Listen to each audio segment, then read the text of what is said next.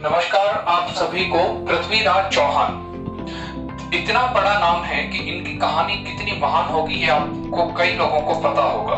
शुरुआत करते हैं। 1166 ईस्वी में जन्म होता है पृथ्वीराज चौहान का। पिता का नाम है सोमेश्वर राव और माता का नाम है कलबुर्ग देवी। गुजरात में माना जाता है कि इनका जन्म हुआ था और जन्म से ही काफी विद्वान और तीरंदाजी जाति में काफी महान रहे थे। एक और ऐसी विधा इनके पास थी जिसका नाम था सप्तवेदी बाण, मतलब जहां से आवाज होती थी वहीं पर ये तीर छोड़ सकते थे। 1166 ईस्वी के आसपास इनका माना जाता है कि इनके पिता का निधन हो गया और कई लोग यह भी बताते हैं इतिहासकार कि वह राजगद्दी पार छोड़कर चले गए थे। इसके निधन के बाद ये गद्दी पर बैठे और इन्होंने राजपाट संभाला। ये काफी प्रतापी राजा हुए और इसको देख करके इनके नाना जो कि दिल्ली के सुल्तान, दिल्ली के बादशाह थे, दिल्ली के राजा थे, तो इन्होंने अपने पोते को गद्दी पर बैठा दिया। इससे काफी सारे लोग चिढ़े। उनमें से एक थे कन्नौज के राजा जयचंद। जयचंद जितना ज्यादा पृथ्वीराज चौहान से चिढ़ते थे, इनकी पुत्री जिसका नाम काफी इंपॉर्टेंट है संयोगिता, इतना ही ज्यादा पृथ्वीराज चौहान से लगाव करते थे। पृथ्वीराज चौहान भी संयोगिता के सौंदर्य से काफी प्रभावित थे। जैसे ही उन्हें ये पता चला जयचंद को कि मेरा बेटी पृथ्वीराज चौहान से लगाव करती है, प्रेम करती है, वह तुरंत ही स्वयंवर का आयोजन करते हैं। यहाँ बता दें उस समय स्वयंवर मतलब लड़की को वर चुनने की अनुमति प्रदान होती थी। स्वयंवर का आयोजन होता है और पृथ्वीराज चौहान को इसका न्योता नहीं भेजा जाता है। न्योता नहीं जाते हैं तो वो एक योजना बनाते हैं। योजना काफी गोपनीय है, आगे बताऊंगा। लेकिन यहां तक जयचंद नहीं रुकता, उन्हें आमंत्रण नहीं दिया, ये तो एक बात हो गई। एक और वो योजना करता है कि वो द्वारपाल जो बाहर आपको पता है प्रहरी होते हैं, उनके स्थान पर 2 मूर्तियां रख देता है जो कि हूबहू पृथ्वीराज चौहान से मिलती हैं। पृथ्वीराज चौहान बिना किसी को बताए इन्हीं बहरूपिया के रूप में मूर्ति के पीछे छुप जाते हैं। संयोगिता भी अनजाने में ही सही, लेकिन वह स्वयंवर के बीच इसी मूर्ति को माला पहना देती है। जैसे ही माला पहनाती है, पृथ्वीराज चौहान तलवार निकल आते हैं और वह सावधान करते हैं सारे राजाओं को कि अब यह मेरी धर्मपत्नी है।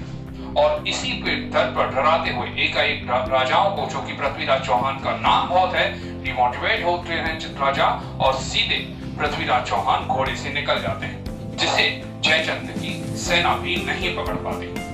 जयचंद इसको अपने अंदर रखते हैं, कुछ नहीं कहते हैं और कुछ समय बाद पृथ्वीराज चौहान से मिल जाते हैं और पृथ्वीराज चौहान के ही सेना में काम करने लगते हैं और काफी अच्छे दोस्त हो जाते हैं।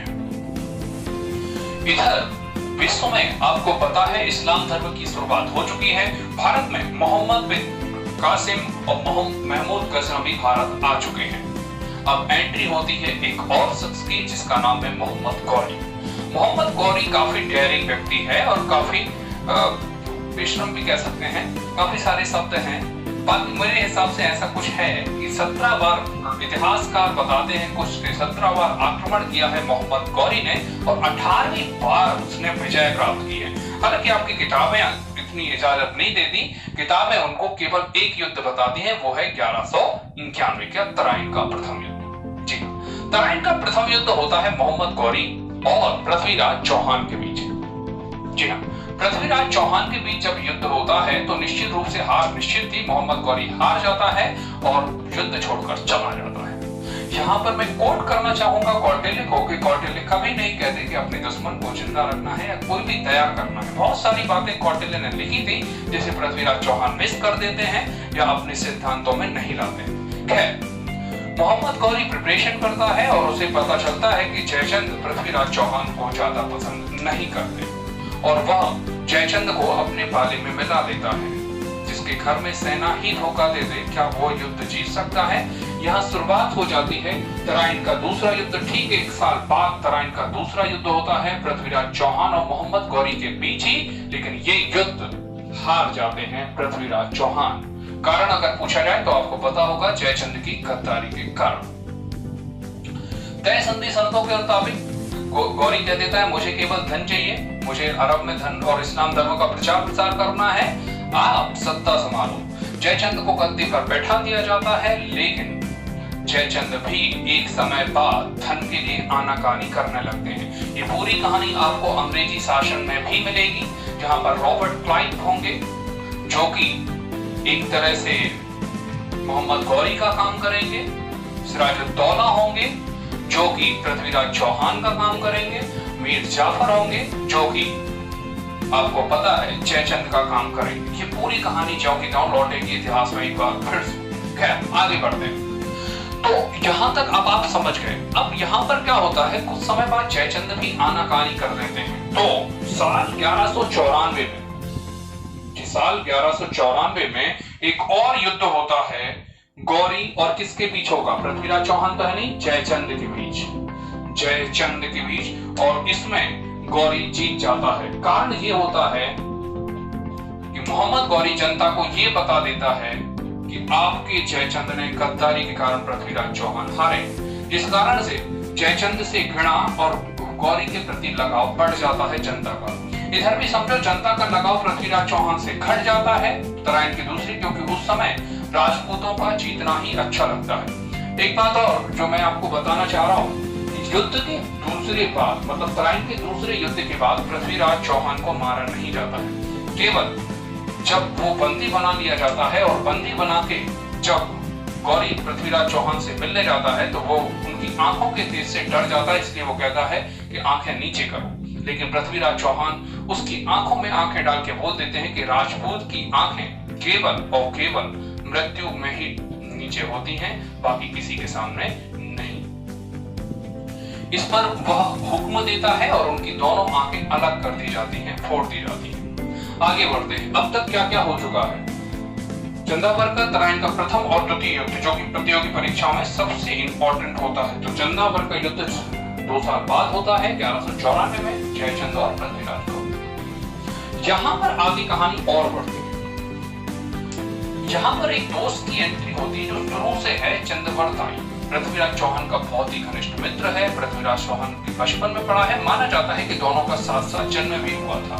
चंद्रवर्ताई एक तरह से विद्वान भी रहता है, जो कि उसी समय जो कि इतना घनिष्ठ रहता है, इसलिए चंद्रवर्ताई और पृथ्वीराज चौहान को दोनों ही बंदी रहते हैं। चंद्रवर्ताई गौरी को बताते हैं कि आपको जब मारना ही है पृथ्वीराज चौहान को तो क्यों ना आप तमाशा देखकर मारें, क्योंकि उस समय तमाशा व्हाट्सएप वगैरह नहीं चलता था, यूट्यूब था नहीं, तो लोग तमाशा कैसे देखेंगे। तो वो कहते हैं कि आप तमाशा यदि देखना चाहते हो तो पृथ्वीराज चौहान का मैं तमाशा दिखा सकता हूं आपको। पृथ्वीराज चौहान शब्द भेदी बाण चला सकता है। जी हाँ, यहाँ से चंद्रवर्ताई उसे यकीन नहीं होता, मोहम्मद गौरी को ये यकीन नहीं होता और मोहम्मद गौरी उसे कहता है कि अच्छा चलो आप मुझे ये प्रत्यक्ष दिखा दो। ठीक है, वो कहता है सभा बुला लो, आपको मैं दिखाता हूं। पृथ्वीराज चौहान की आंखें हैं नहीं और सेफ्टी के लिए उसकी आंखों पर पट्टी भी बांध दी जाती है। चंद्रवर्ताई इसके लिए एक मौका देते हैं और 2 लाइनों में एक लाइन कहते हैं, ध्यान से सुनना, बहुत ही महत्वपूर्ण है, इतिहास में कई बार बोली जाती है। 4 बांस 24 गज, अंगुल अष्ट समान, ता ऊंचे सुल्तान हैं, मत शोको चौहान। वो गौरी की दूरी बता देते हैं कि गौरी कितना दूर बैठा है।